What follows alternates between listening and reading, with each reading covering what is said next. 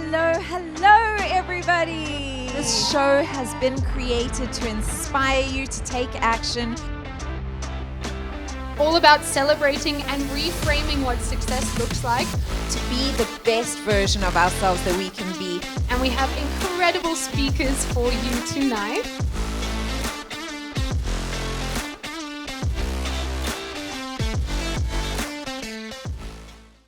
Hello everyone, and welcome back to the Future Females Show. You know by now that this show is all about celebrating and reframing what success looks like through interviews with women who are really at the pinnacle of their careers and changing the game in their industries, whether it is executives, entrepreneurs, influencers, or change makers. Today, I am very excited to be interviewing Margaret Hirsch. This is someone that has been an inspiration for us, myself and my co-founder Serena, on our Future Females journey since day one. And Margaret, this is your 44th year in business. I believe you just said 51 years of marriage, 73 years of life. I'm not sure if you like people publicizing your age in your intro, but here we are. My life is an open book, so it's fine. I have no secrets at all. Amazing. Well, thank you so much for coming on the show. So, Margaret, you are, of course, the founder of Hirsch's Home Stores. I would love, because I'm sure my intro, you can do it a lot more justice than me, if you can just share a little bit about how you got into the space that you did. Well, things just happen, and I had a very good job, and my husband had a very good job, and we were going along merrily. We bought a house. We decided to have children. We'd been married for 5 years at that stage, and as soon as I told my boss I was pregnant, he fired me. So there I was left, and at the same time, my husband got sick of working for a boss, and he decided that he wanted to start his own business. So we went from having no children and 2 jobs to having 2 children and no jobs in the space of 1 year, which was a baptism of fire. I always say the main thing was we had no one to fall back on. Ours was a cross-cultural marriage. Neither of our parents agreed with our marriage. So we didn't have parents to fall back on. We didn't have money to fall back on. So we could only go forward. And I think that's what a lot of people think. I'm going to start a business, but I'll have a plan B. We had no plan B. There was no plan B. So we had to succeed. There was no question of going backwards or starting again or having a plan B. That was it. So there we went with our 900 Rand, which went, by the way, in the first day. That first day we paid 300 Rand for our deposit for our shop, wow. 300 Rand for our electricity deposit, and 300 Rand for our stationery and little bits and pieces to get us going. So we started the first day with absolutely nothing, and our first day's takings were 11 cents. So, a lot of people would have given up, said, oh my gosh, how am I going to do this? Can we go and find another job? But we didn't. We just said we are going to carry on. We carried on, and this year our turnover will exceed 4 billion. Now, I don't tell you that to impress you, but to impress upon you that if I can do it, anybody can do it. It is very simple. And, there are 2 words. People say, what's the secret of your success? 2 words, which most people don't like. And that's hard work. And never ending hard work, resiliently hardworking all over the years. That is the secret to success. There's no magic formula and there's no magic pull. And everybody wants to get rich overnight, and that just doesn't happen. I love that you've already thrown the word resilient in there, because for me, that's what your journey exemplifies. I was watching, obviously, quite a few of your different motivational talks before syncing for this interview, and something that you share is that you've made a lot of money, you've lost a lot of money, and are clearly back on the making. But can you take us through that journey? When you start off, you just start very slowly. And I start a lot of businesses, and I teach them how to make money. And I say, you've got to start slow. You've got to sell your skills. We had no money, so we had to sell our skills. I was a shorthand typist, and my husband was a refrigeration technician. So we sold our skills until we got enough money to buy goods, which then we could buy and sell. And that's how it all started. But, everybody has what's called a tipping point in their business. And our tipping point was the microwave oven.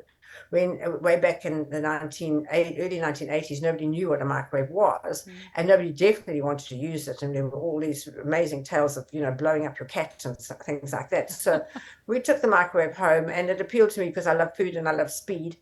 And so I could cook very, very quickly. So I called my neighbors in. We started doing demonstrations in our shop, which, by the way, was so small that we had to put all the stuff on the pavement so that I could get people into the shop.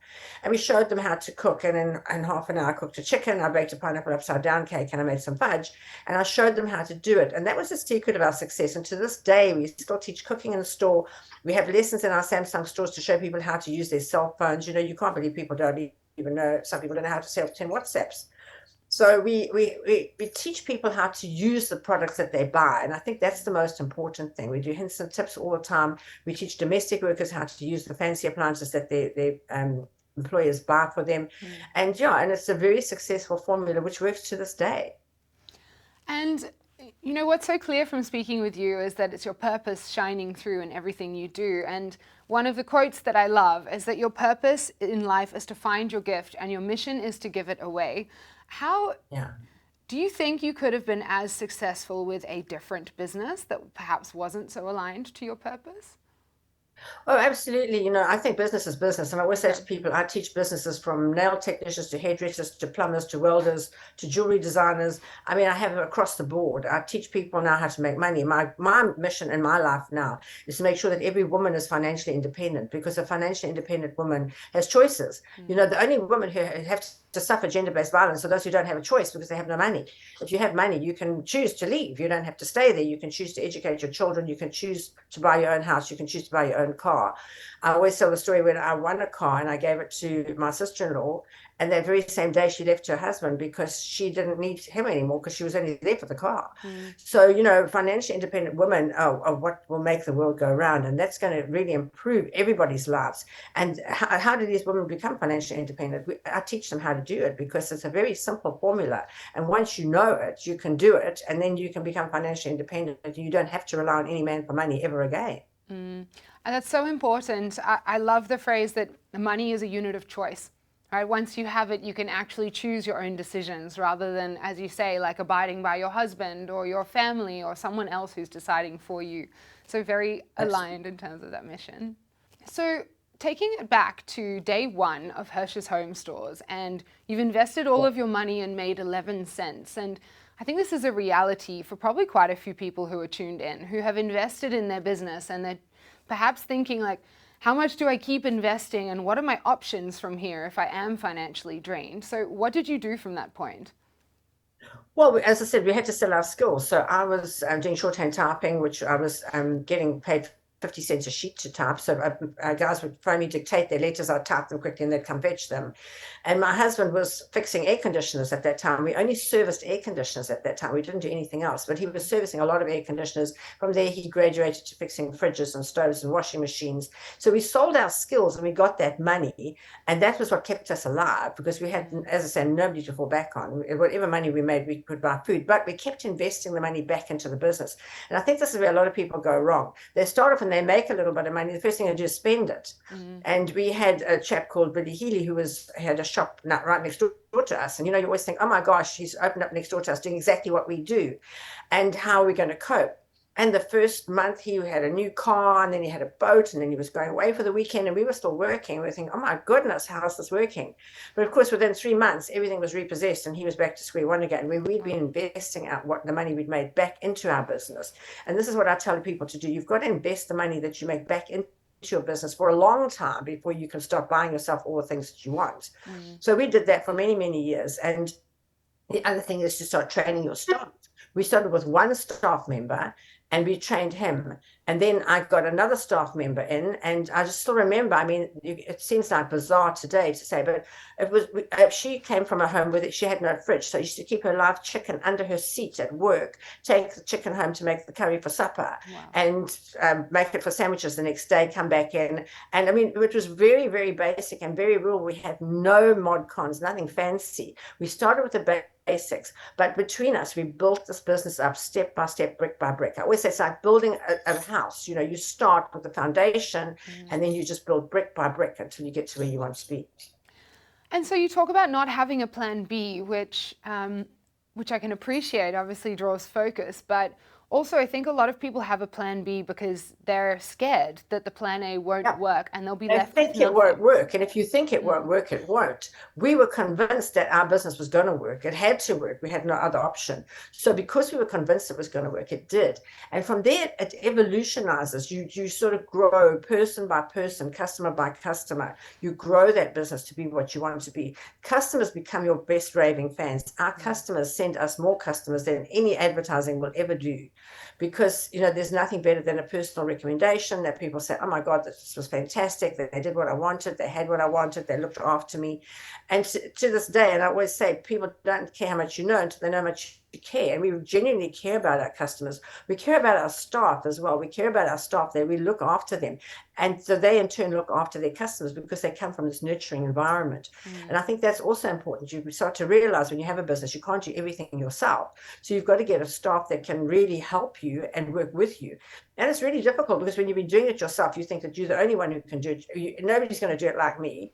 But if they can do it 80% as well as you do it, then it's better than having nobody else to do it. So immediately you start a business, you've got to start training somebody to come up and to help so that they can take over when you're not there. And it's difficult. I mean, the first time we ever went away, we left our shop with what we thought was a really trusted employee. We left on the Saturday morning, we got him up and running, and we left. We went away. We actually went to Sun City for the first time. We'd been going for quite a long time then. And we got a phone call from a neighbor to say, your front door is standing wide open. He had locked the door, but it hadn't caught on the latch, and the wind had blown it open. And our door stood open the whole weekend. Until we came back. We had to drive back from Sun City and come to lock the door. So, it never works out how you think it's going to work out, but you have to keep going forward. I just was talking to another entrepreneur now. She said, I'm going to give up. I can't handle this anymore. I'm going to give up. And I said, the difference between a winner and a loser is the winner is the one who just keeps going. The loser is the one who gives up. You don't want to be that person. You just keep going, And I think that's what you need somebody to say. And that's my gift when I work with people and they say, oh my God, I can't do this anymore. I'm just going to give up. I mean, I've lost my money. I have got no customers. And this is wrong. Just keep going. If you can't run, you walk. If you can't walk, you crawl. If you can't crawl, you just ease your way along one little inch at a time. And so long as you keep going in the direction of your dreams. But of course, most people don't get what they want because they don't know what they want. They haven't got their goals written down. They're not looking at their goals every day. They don't know what they're aiming at. Dr. Stephen Covey teaches always start with the end in mind. You know what you want. This is what I want, and then you work backwards from it. I knew I wanted a house that was paid for. I knew I wanted a nice motor car. I knew I wanted a thriving business. I knew that I wanted to employ a lot of people and to teach people how to make money. And I used my experience to do all those things. I mean, this is amazing. Something that we and my team, who are just off camera behind us at Future Females, live by is consistent imperfect action. Even if you're not in the mood, do one thing that day that can move the needle, because that's how you're going to gain that positive momentum that clearly you have. I am curious, has there been a moment in your journey where you have seriously thought about giving up, or even maybe not so seriously, and what has kept you going in those moments? Well, I think I just like to be a winner all the time, and I don't like to be a loser. And when we've had the huge frauds in our business, huge losses in our business, you think to yourself, oh my gosh. But I never, ever thought I was going to give up. Not for a second did I think I was going to give up. I always knew that I would continue going. And I think when those setbacks came, it propelled me forward even faster and more than when they weren't there. I always say you grow in the times when times are tough. When times are easy and you're just cruising along, you don't grow as a person. You don't grow as a business. You're just cruising along. Everything's going fine. Everything's going swimmingly. Yes, we're doing well. Well, we always took that next step at that stage, which would then propel us forward to try harder, to do better. And for us, it was always opening another shop. We had our first shop, which we rented, and then we bought our next shop, which was in the same road. And when we bought that, our aim was to pay for it as quickly as we could. And once we'd done that, we took the next shop, which we also bought. And our aim was to pay for that as quickly as we could. So we were running two businesses. We had the appliance business on one side, but we also had our property business on the other side. And that, by the way, is what got us through COVID. Because if we hadn't had those properties, which we had paid for, and had access bonds, which we could draw on, we would never have made it through COVID. Because, I had, 2,500 staff to pay that month when COVID hit. I had all my creditors who wanted to put their hand out for their money, and everybody said, oh yeah, people were very nice about it. They weren't. They wanted their money, and they wanted it now. So if I didn't have that big foundation that I spent my lifetime building, we would not have made it through COVID. But as it turned out, we survived and thrived through COVID because we had that strong foundation. So it's always, you've got to be keeping your strong foundation. You've got to be plowing that money back. You've got to have something to fall back on money-wise for yourself that you've built up. Don't borrow from other people. The stats, 97% of all businesses that open this year will close in 3 years. The reason for that is because most people open a business by borrowing money. So you borrow the money, you start making money, but the first thing you're going to do when you made the money is pay it back. And then you think, oh my God, I'm working so hard. I still haven't got any money for myself because I'm paying back all the money I borrowed. So when I teach women, I say, never borrow or lend a be. It says that, never a borrow or lend a be. You use your own money and you take your own money because you only get to keep what you've earned. If you get money that you haven't earned, you never get to keep it. You'll see it just gets taken away all the time. Yeah. And so in life that happens. And sometimes the money that you've earned gets taken away. And I think God just does that to test you, to make you stronger. I always say he gives you a little bit of money, sees how you handle it. Yeah. And then if you handle it well, he gives you some more. But if you don't handle it well, it doesn't give you no more. Because, I mean, God's not stupid. He's not going to throw money, good after bad. So, yeah, and a lot of people don't understand that about business. And that's why I always say business is business. Doesn't matter what business you're in. If you just stick to the rules of being honest, having integrity, doing what you say you're going to do, and being loyal to your customers and to your staff, everything just goes well. It just falls into place. But you have to have those fundamental good morals to start a good business. The minute you're dishonest, it's all fall down. Yeah, I mean, you've covered quite a lot in that response. So I just want to pick up on one thing, and that's really like the sexiness of bootstrapping, right? I think so often now there's this mantra like, I need funding as a step one. I secured funding, like that's the be all and end all in your business, but actually it's a means to an end. And like you said, then you have less control over your own business, and you ultimately, I mean, unless it's equity, in which case you're paying it back in a different way, but ultimately it's not your own business anymore. So personally, I mean, Future Females is also bootstrapped for that exact reason. What we make is what we make, and we can use it how we want to drive our mission forward. So I love that you've shared that. You mentioned earlier that you teach women a simple framework, women in business, a simple framework for kind of financial, I don't want to say abundance, but to thrive. Can you just take us through what that is? That's what we're aiming for. We're aiming for financial abundance. We're not aiming just enough to get by. I want them to be completely financially, I'm totally financially independent now. I have enough money offshore to live on until the day I die. I have investments that will keep me going no matter what. I go for abundance. I don't go for just enough to get by. There is abundance out there, and if you don't get it, somebody else will. So why not you? Good, love it. Actually, I saw that you said, I watched another of your videos, and you said that people that say money can't buy happiness are ridiculous. Of course, money can buy happiness if you use it in the right way. Absolutely. I mean, I get very happy. I've just built an orphanage in Isipingo outside Durban, and I got so happy seeing that orphanage come together.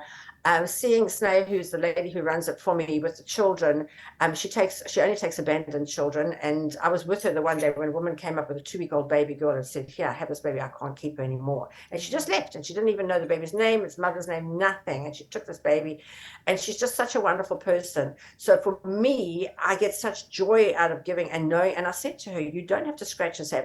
And she has abundance now. She has enough food for those children. She has clothes for the children. She has everything because she believes in abundance. When she had the poverty mindset, she was poor.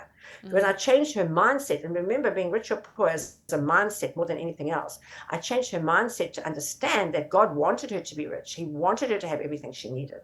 And now she has. I mean, and this little shack in the middle of nowhere is now a beautiful orphanage with running water and electricity. And she now has the children which she can clothe and feed. And to me, the joy of that is just so amazing. It's just wonderful to have. And on that topic of money mindset, are there any practices, or I guess how do you help women from any position to change and shift that mindset? Well, they normally come to me with a whole lot of moans and groans. And for the first thing, I said, if you don't moan and groan by the law of attraction, you attract more to moan and groan about. So stop that for starters. Secondly, let's take action, because when you're taking action, you're busy. And you'll be surprised how many people want to help you when you're taking action. You say to them, come and help me, and they do. So I'll give you, for instance, I was sitting in my branch in Brakpan one day, and a woman came running in, and she said, Margaret, you've got to help me. I'm just tired of being poor. I've been poor my whole life, and I can't take this anymore. So I said to her, what do you do? So she said, I buy and sell old clothes. And I said, well, what do you think about that? She said, I hate it. I hate the smell of the clothes. I hate washing and ironing them. I hate selling them. I hate everything about it. So I said to her, well, what do you love? You see, you can only do what you love. You can't ever do what you hate. You're never going to make money out of that. So she said, I just love baking. If I could just bake every day, I would be in seventh heaven. That's just what I love to do. I love cakes. I love the whole story. So she said, well, let's bake a cake. So she said, but I don't have any money. So I said, I'm not going to lend you money, because if I lend you money, when you sell the cake, you've got to give me the money back. How much have you got in your bag? So we tipped her handbag out and counted all the cents and the little bits of change she had. She had 30 Rand. So we took the 30 Rand, we went to the spa, we bought ingredients to make one cake. We made that one cake. I said to her, now go and sell it for 60 Rand. She said, well, I can get more than 60 Rand for that. I said, no, just sell it for 60 Rand. Cost you 30, sell it for 60. This is your formula. So she went and sold it for 60. So she came back and we went and bought ingredients for 2 cakes. And we sold them for 120. And with that, we went and bought ingredients for 4 cakes, and we sold them for 240. And so it went on and on. But it doesn't continue like that, because it grows exponentially. And so we took the one cake she'd made. She made it 26 times, and she got 10,000 Rand for the cake. She sold it as a wedding cake. And wow. Shane will find the picture just now to show you. So, if you start small, but you double, and then it just goes more and more and more, and it just grows. And that's how you do it. You start with whatever you have got at that time, and you sell it for double what it cost you. And then you make money like that. So the ladies who do nails, whatever it costs them to do the nails, they sell it for double. They say, Margaret, I'm sure I could get more. You could, but start this way, because you're learning to handle money.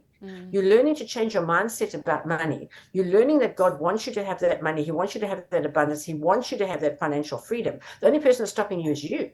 So as soon as you get that through your head, that's when the whole thing changes and you start to make money.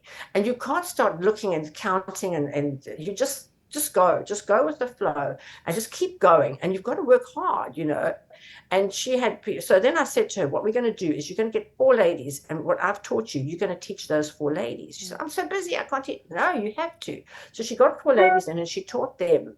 And those 4 ladies in turn went and taught another 4 ladies. And those 4 ladies taught another 4 ladies. And she said, they're going to come and they're going to take my customers. No, they won't. There's enough customers out there. You have abundance here. We have enough customers.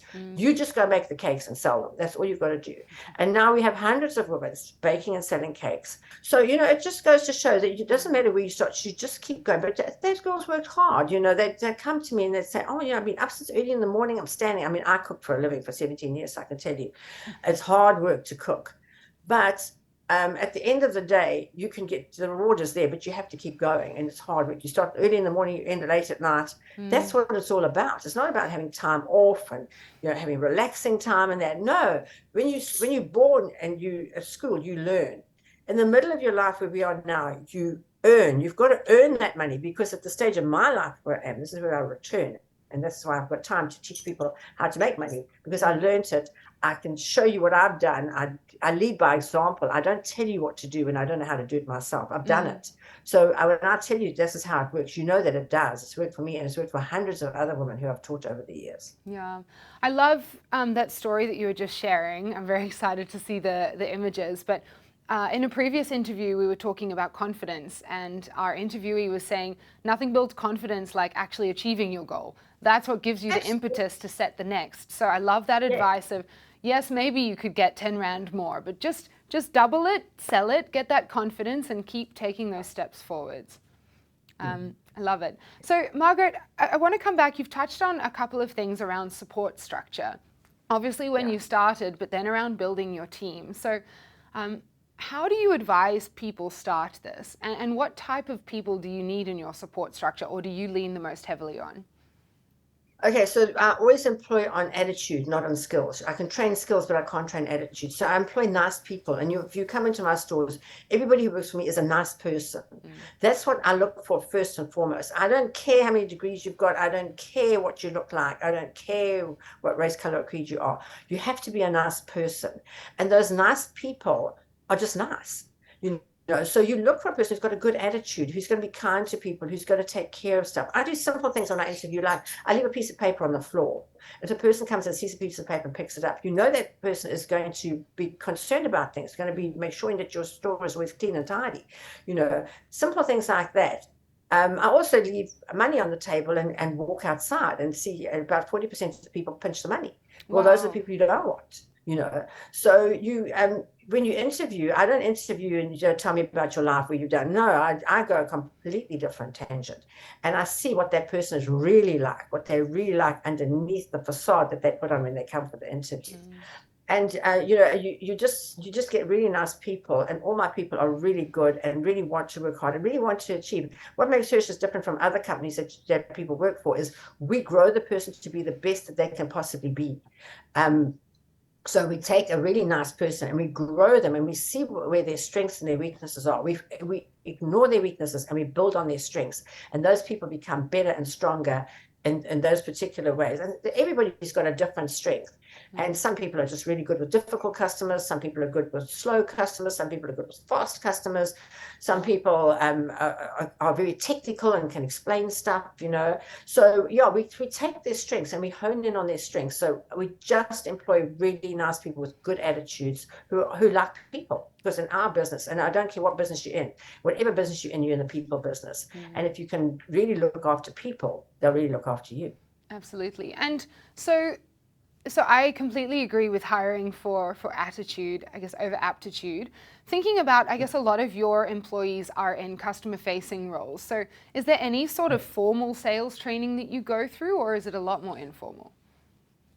No, we do have a training. I'm very into training the staff. We have induction training where we teach them simple things like how to answer the phone, how to greet a customer. A lot of them don't know, and I'm putting my hand to my face. A lot of them, as soon as you talk to them, they stick their fingers in their nose and, pick in their ears and take the sleep out their eyes because they're nervous. And you have to say to them, don't put your hand near your face when you're talking to a customer. Look the customer in the eye, smile and greet them. A lot of people don't know how to greet a customer. They just, hello, can I help you? So we greet our customers, and we spend a lot of time in training. We really do. And then once the basic training is done, we do go into sales training. We train every day. And of course, ours is a product. Our product training is we sell thousands of different products, and a lot of them are very technical, especially the new cell phones that have come out. We take, if you buy it from somebody else, they just give you the phone and off you go. We take all your data, we transfer it across for you. We show you how to work it. We show you how to put your SIM card in. We sell the washing machines. We show the ladies how to get, to use the best cycle for that machine. We sell new irons that can't burn your clothes. So a lot of the stuff is very technical, and we spend every single day, we train from 8 in the morning. I train them on themselves, on their attitude from 8 to quarter past. From quarter past 8 to 8:30, they train themselves, because that's how we teach them how to do it in future. And then from about 8:30 till 9, we train on product knowledge, because we have to know how everything works. When customers come in, they want to know the spin speed of the washing machine, the literage of the fridge, the wattage of the microwave. They want to know all those things. It's a lot to learn, I have to tell you. Yeah.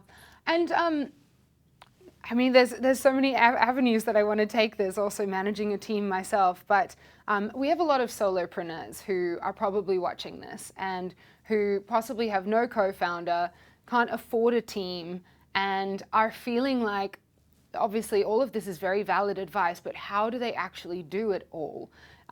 What would you say is kind of the biggest priority or the advice that you'd give to them? Well, the biggest priority is you've got to work hard yourself, and you've got to lead by example. The second thing is, if you can't afford any stuff, there are a lot of people who want to be interns now, and they'll come and say, can I work in your business as an intern? And you can bring them in and show them, and if you just give them a small stipend to get to work and for their food and that, they'll work for a little bit of money while you train them and teach them. Now, a lot of people are scared to do that, because what if I train them and teach them, they set up an opposition?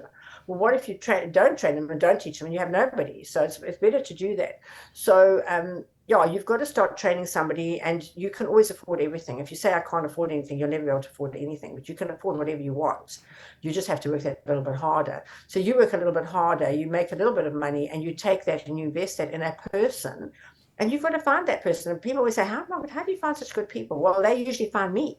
If they know you out there, you're going to help them, you're going to look after them, they'll come in and they'll help you, and you in turn will help them. And not all of them will stay. I always say the first 500 people that leave you get very upset. But after that, you just think, this is part of life. This is life. I'm here to train. I'm here to teach them how to do the job. I'm here to teach them how to make money. And if and when they go, I'll start all over again from square one. And it's tough. It's not easy. If it was easy, everybody would be doing it. It's a tough life out there, but somebody's got to do it. And it's up to each one of us to make sure that we do it. Exactly. So Margaret, something that I also celebrate you for is all of the work you do in philanthropy. And you were speaking just a little bit earlier about one of the orphanages that you've built. So at what point did you start working in that space as well? And And is it linked into your business, or how do you strategically do that work while also managing Hirsch's Home Stores? Nobody taught me about giving back. In the beginning, it was just about me, how much can I make? What can I do? And my staff, getting them up and running. I never thought about it until I won Businesswoman of the Year in 2012. And I just thought then, I've got to do something this year that's going to leave a legacy, that's going to set me apart from all the other people that have gone before me who have won the competition and done nothing to actually make it better for other people. So I then came across, and that was way back in 2012, when people didn't know about the reusable sanitary pads. I mean, at that stage, I was 62 years old, and I had no clue that girls couldn't go to school because they had no sanitary protection. So with my friend Sue Barnes, who was the dress designer by profession, she started making the reusable sanitary pads, and I started giving them out. And it was just so wonderful to me to see. And we did a particular test in Mitchell's Plain in Cape Town, where we checked the girls' marks, and the girls were getting between 40 and 60% because they were only going to school for 3 weeks of the month, where the boys were getting between 60 and 80% because they were going to school for 4 weeks of the month. So the message being sent to the girls was they were more stupid than the boys, which was not true at all. It was just that they couldn't go because they had no sanitary protection. They couldn't sit at school. They couldn't write the tests, and their marks were bad. So when we gave the reusable sanitary pads in, we monitored their marks, and within 6 months, those girls' marks had improved astronomically. When we had a girl going from 40% to about 85%, just because she could be at school and she could do that. So that's when I started giving back. And one thing leads to another, and it led to me teaching other women how to do it. It led to me teaching girls how to make sure that they could get things done at school and then at work. It led me to a lot of girls, because they had not been going to school regularly. When they got to work, they wouldn't go to work regularly, and to teach them that they had to go to work every single day. Nothing irritates me more than when I employ a person and within the first couple of weeks they call in sick. They're not really sick, they just don't feel like coming to work. So it's one thing led to another, and then my son actually started looking after a school in Durban, which he subsequently bought and sold back to them for R1. So we started with schools, because I just feel that 2 to 6 year olds, a child's whole character is formed between when they're 2 and 6 years old. So we did a lot of schools for 2 to 6 year olds. We're still involved with a lot of schools at the moment. I work in schools all the time, because that's where our future is. Our future is in the school children. And when you start working in the schools and start giving back, you actually realize that by giving back, you open yourself up to receive as well. Because every time I give, I receive so much. I mean, I'll just give you, for instance, we went to a school in Kwamashu, and there were 700 students, 43 teachers. They didn't have one toilet. Everybody had to go in the bush. And we built the toilets for them. And when we went to do the handover, the principal said to me, "Margaret, thank you for giving me back my dignity." And little things like that. I mean, who would have thought of that? I never would have thought of it, but it did. We subsequently built them a soccer field. The kids, instead of getting up to mischief after hours, are playing soccer.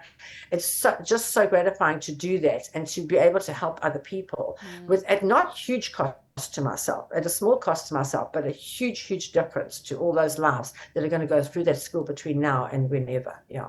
Wow. I mean, firstly, that's so inspiring and so needed. I'm just very in awe of your journey, both on the business and on the philanthropy side. I think if all people as successful as you were also giving back at this rate, then it would be in a very different place. Margaret, I want to bring it back to resilience before we wrap up this interview.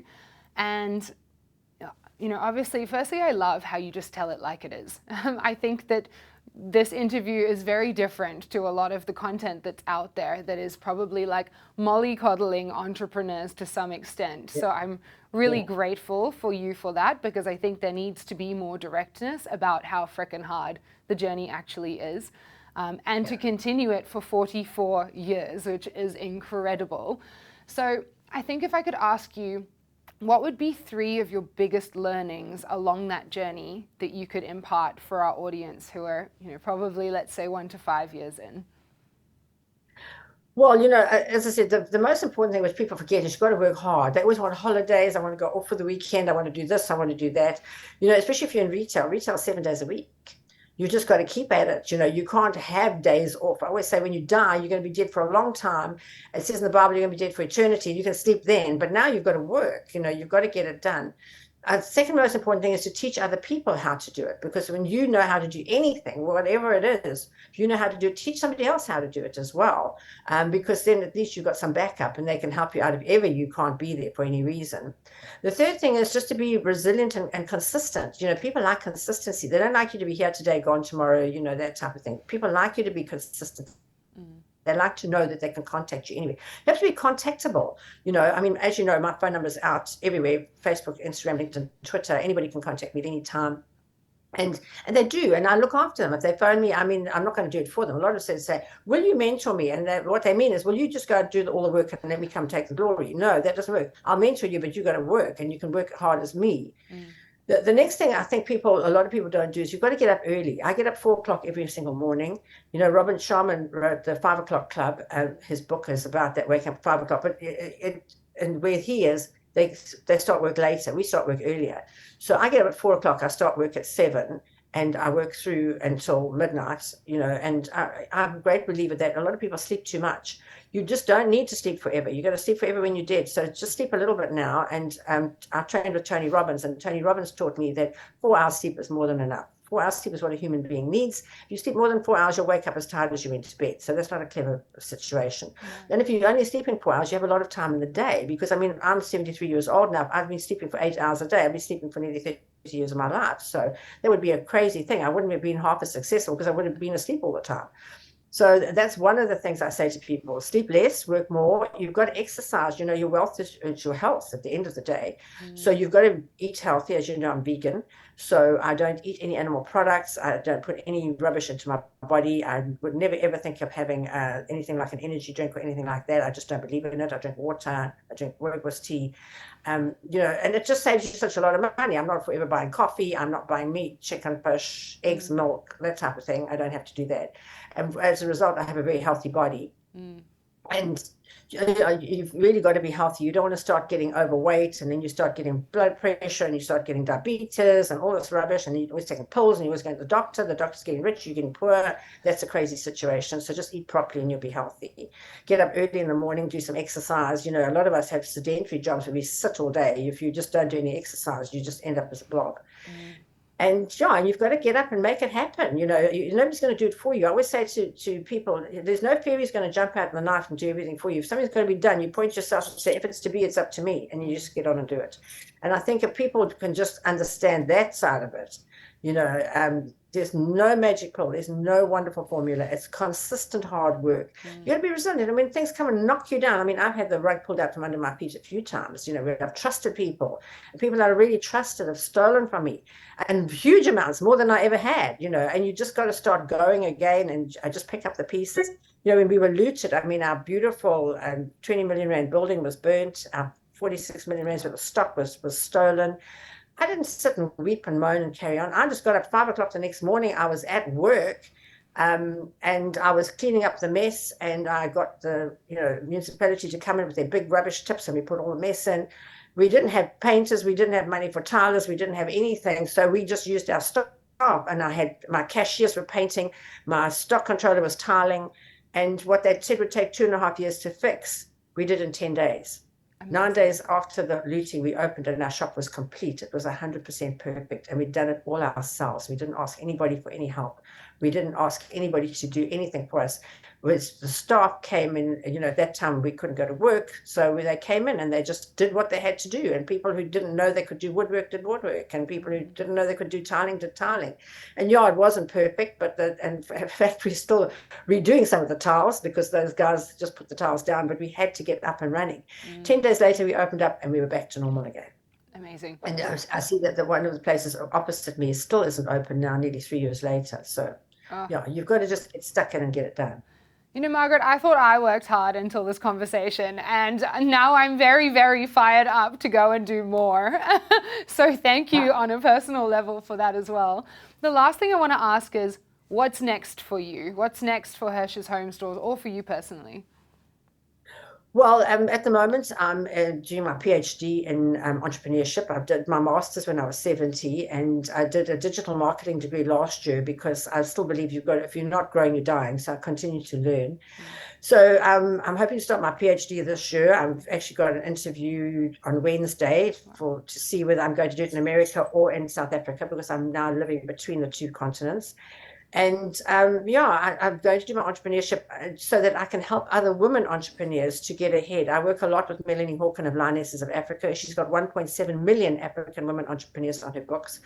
I don't only want to focus on South Africa. I love South Africa. It's my country, but I think we've got to help the other African women entrepreneurs, and there are a lot of them, and they are fantastic. You'd be so surprised. If you don't follow Lionesses of Africa, do that, because Melanie works with the entrepreneurs. So I think once I've done my PhD in entrepreneurship, I'll be more qualified to help more entrepreneurs and go out there and make it happen for them and teach them how to do it the right way. Most people who teach you how to run a business have never run a successful business themselves. They don't know what they're doing. You have to be able to say, I've done this. This is what happened. This is how I handled it. And there's no substitute for experience. Remember, I got the experience first and then I did my degrees later. But I do believe there's a place for degrees. There's a place for that. And I encourage everybody to do a degree and work at the same time. If I can do it, you can do it. I went back to university when I was 60 years old. When I say back, I'd never been to university because we were poor as church mice. So I always wanted to go to university. When I was 60, I thought, you know what? I don't want to die and say I never went. So I decided, and I had to do matric maths, because I wrote matric in 1967. Maths was just arithmetic then. Wow. I had to go back, do matric maths. I had to go back, do my ordinary degree. I did a business degree. I had to do journalism so that I knew how to write properly and what people look for. I had to team it up with things like Grammarly so that I knew how to do it the modern way. I did my business degree. I did my honors. I did my master's when I was 70. It took me 10 years from start to finish to get to my master's. And now I'm doing my PhD. So all of this, and that's what I learn, I teach other people to do it more practically. I mean, Margaret, that is amazing. I did not know that you were about to undertake a PhD, so very excited. And also amazing representation of lifelong learning, right? You've obviously learned so much on your journey, but you're still open to unlearning and relearning, which I think is such an important part of the entrepreneurial journey as well. I just want to say one more important thing to all the women out there. You've got to choose the right partner. I was engaged 4 times before I married my husband, and notice I married him. It was a bit of a surprise to him, but anyway, you've got to choose the right partner. If you're with the wrong person, you cannot get ahead, because your partner will bring you 99% of your happiness or your unhappiness. So choose the right, and there is a right person out there. Rather have no person than the wrong person. Choose the right person, because that right person, how do you know it's the right person? The right person builds you up. The wrong person pushes you down. If they ever say one nasty thing to you, you get the hell out of there. Because when I married my husband, he is the nicest, kindest person. There again, that's what taught me to choose. You choose the nicest, kindest person. My husband could not read and write when I met him, but today he's a multi-billionaire because he's such a nice person. Wow. I mean, that is amazing. I feel like we need a whole different interview just to go through his journey as well. But we are at time, so I just want to say thank you. Thank you so much for, I guess, leading the way, and also for just being so direct and vulnerable and just sharing your learnings with our community, Future Females. So really appreciate your time. Pleasure. Thank you so much. Have a beautiful day. Thank you to everyone. This has been the Future Females Show with none other than Margaret Hirsch of Hirsch's Home Stores. I will see you in the next episode.